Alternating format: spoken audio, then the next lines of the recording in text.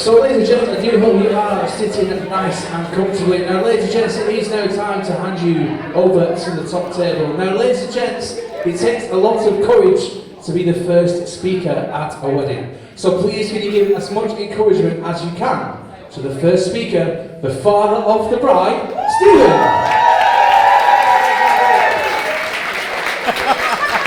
Only joking. Blimey, how do you follow that? Crikey. What an entrance, thank you. Mr. and Mrs. Jennings. Good afternoon, everybody. Lovely to see so many smiling faces here today. What a great day it's been, hasn't it? Maybe apart from the exit from the church, which was a little bit inclement, to say the very least. Now, this is the part of the day that Jess has been looking least forward to. It's the part of the day that she's had no control over whatsoever. Okay, look at her, she's saying, oh God, Dad, shut up. So what I wanted to let you know today is I've written a hilarious speech. It's full of wisdom repartee. It's got fun facts. It's got childhood stories. It's got twists and turns, it's got laughter and tears, it's got everything that you'd expect. And the kitchen staff will probably stand down for the next couple of hours because it is going to take quite a while to work through it. So if you just bear with me. Having said all of that, my wife Kat took one look at the speech that I'd written and she said, that's rubbish. So I'm going to have to do this boring one instead, I'm afraid. So please just bear with me. Okay, so when it comes to your children, there is a saying that goes that the apple never falls very far from the tree. And I think in the case of Jess particularly, that's probably very true. And what do I mean by that? Well, have we got any school teachers in today? Because I'm going to do a bit of a geography lesson. Hands in the air if you're a school teacher.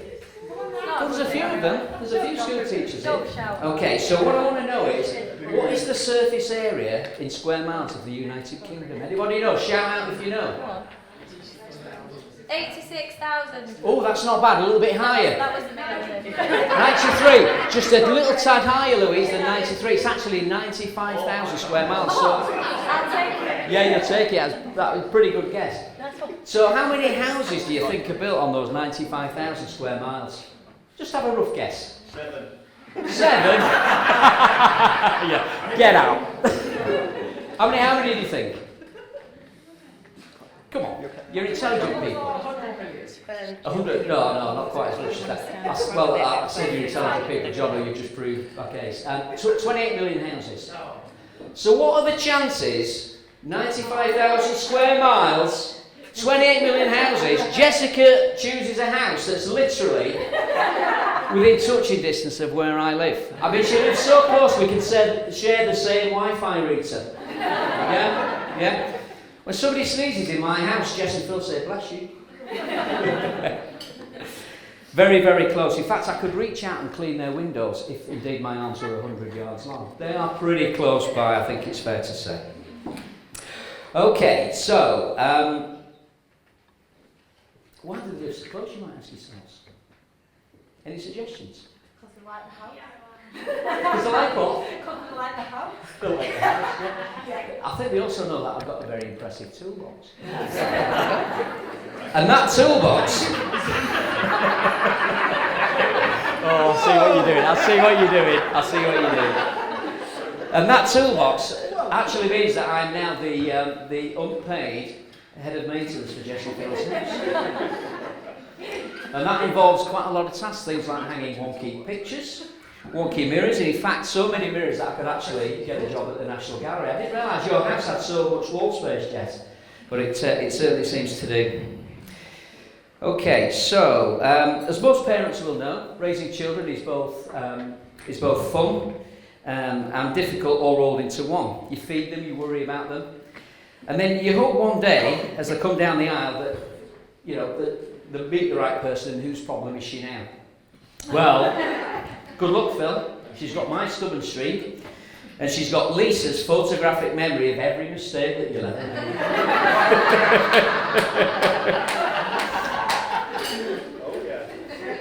So anyway, when we were talking about weddings, I said to Jess she could marry anybody that she wanted. So she's actually chosen somebody that can reach that tin of kidney beans off the top shelf. Something I could never do. So well done, Phil. Okay, so Now, when it comes to Jess, she's a pretty remarkable person. I think everybody that knows Jess will attest to that. She's certainly got some qualities, and I just wanted to bring a few of those qualities to your attention. She's very competitive, I think most people know. She's got a real attention to detail.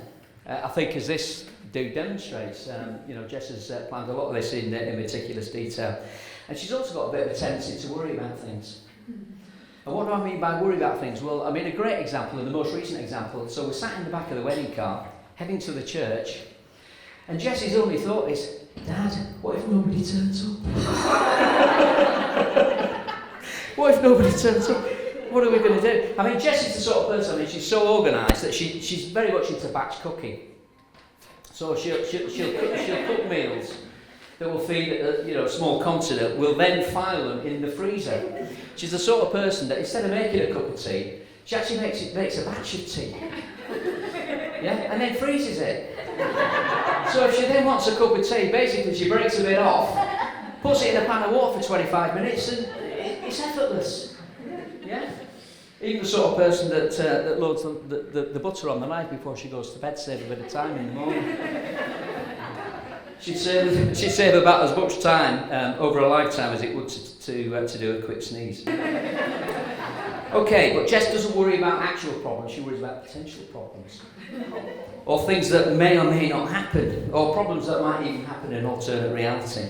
I mean, recently, and Jess will remember this, they had a flat roof repaired on the house. Now, most people would ring up and say, can you fix the roof? And the guy on the other side of the line would say, yes, we can do that. And Jess would say, crack on. But not in Jess's case. There was so much planning, contingency planning, risk management meetings, subplot meetings. Probably more planning that went into sending Artemis to the dark side of the moon. But that's how Jess, I mean, she loves the detail. And both Phil and Jess, very, very competitive people. Whether you're talking paddle, Scrabble, music quizzes, card games, they love all of that. And they love playing Monopoly, which is great really when you think about it, because Phil's a maths teacher, so Phil's sort of coming in it from making a bit of money, thinking about probabilities, thinking about how the dice are going to roll. Jesse's thinking, well actually, if I land on Mayfair, I want to review the lease agreement. I want to make sure that the right covenants are in place. So as you can tell, it probably just falls into disrepair. There's something as well that Jesse's very picky about, something that you're not going to find on the menu today, which is sandwiches or toast. And the reason that Jess doesn't eat sandwiches or toast is that she likes the squashy bit in the middle, but she doesn't like crusts. Do you, Jess? Not really. And most people grow up with that at age 7. Jesse's now in her 30s. But anyway, there we go. The other thing as well that Jess does is she photographs most of the meals. And she's also got a bit of a penchant for Hellmann's mayonnaise. She's got into this habit over the last several years of actually photographing and sending on WhatsApp pictures of her meals. I think to me and to you as well, Lisa, maybe? Yeah, okay. So when the phone dings, I don't think, oh, there's a lovely message from my daughter. I think, right, what's she smeared mayonnaise on now? Now, for those that don't know, Jess and Phil actually met in Hurley's. It's a discount clothing store in Bolton. When I say discount, it's a high-end discount clothing store. So, love can blossom anywhere, even next door to a reel of discounted jackets. And I'll tell you what, Phil, that's a lovely looking jacket you've got on there. Pretty about the flared cuffs. Clothing store. Now, when I first met Phil, or in fact, before we get onto that, Phil and Jess have been together for around 12 years, and I remember Phil once showing me his Valentine's cards to Jess. The Valentine's cards were saying, I declare my dying love. I love you to the moon and back. I love you more than anything. Jess, you make my life complete. Darling, darling, turn over the page. I love you every single day. Whereas now they're married, of course, next Valentine's Day, basically the card will say, I still love you. Please see last year's cards for details. Now, when I first met Phil, I remember two things. The first thing was, he was a bit loud.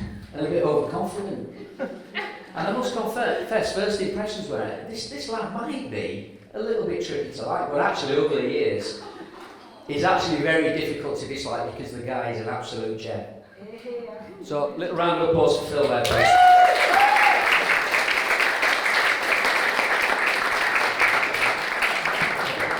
The only time he is easy to dislike is when he's beating me at darts, which thankfully, Phil, isn't too often, is it? 180, thank you very much for that, Phil. Actually, talking about darts and maths teacher, I mean, most of you will know that Phil is a maths teacher, so I often wonder when it's a score of 3 and 1 on the board. Phil hit the 12 at 17 and a 1 and a 5. It then takes him 10 minutes to work out on his fingers what his scores. I mean, if he was to mark his own work on the dartboard, it would probably go down as method correct to answer the question. Now, Phil loves cars, fast cars. Cars with things like launch control. And I think Phil's just about to go into the market for a new car, maybe an electric car, which I think Jeremy Clarkson calls microwave ovens and fridges, doesn't he? Because he regards them as electric goods. Now, Jess isn't so worried about cars. And in fact, some of you will know that she only very recently, well I say recently, over the past 2-3 years, passed the driving test, she bought herself a Fiat 500. Now what you don't know is that in that 3 years, Jess has actually driven about 500 miles. Hence, Fiat 500, because that's as far as it's gone. Okay, now down to the serious stuff. I'd like to welcome both families here today. It's wonderful to see Jessica's mum Lisa and her partner Gareth. Nice to see you. And they've travelled actually all the way over from Ireland, braving Storm David to actually get here. And I'm pleased to say that they're both living to tell the tale. And it's the first time that Lisa's actually been across the UK for quite some time. And you know, even though Jess and Phil do often suggest a visit, Lisa usually remembers something very important she needed to do, like avoiding a major storm and being lost at sea, which I think is pretty reasonable. So anyway, nice to see you both here today. Special shout out as well for Phil's parents, Paul and Yvonne. Lovely to see you at the end of the table, and I hope you're laughing in the right places. You don't look so laughing, Paul. I think Paul's going to have a word with me at the end. Now they both live currently, they've recently moved from Prestwich to Lytham, which is quite a nice place, isn't it? I think we'd all agree, very refined. The sort of place where even the seagulls are middle class. So they don't nick your chips out of a paper carton. They actually want triple fried potatoes served on a silver salver with rosemary garnish. And welcome to Kat. You're looking lovely today. That's Kat, my wife. I'd also want to give a very quick call out to immediate family members. Michelle, can see you over there. Phil's sister, Alfie, Jess's brother, Hannah, Jess's stepsister. Good to see you all here, and indeed good to see every single one of you. And before I finish, I'd like to remember those family members who sadly can't be with us today. In particular, on Jess's side, I'm thinking about Jess's grandparents, June, Colin, Barbara and Brian. I know that Jess was very close to all of them, and I know they would be incredibly proud of the woman that Jess has turned out to be. Phil, obviously I didn't know your grandparents, but I expect that they'd be similarly proud looking down on you today, so God bless on that.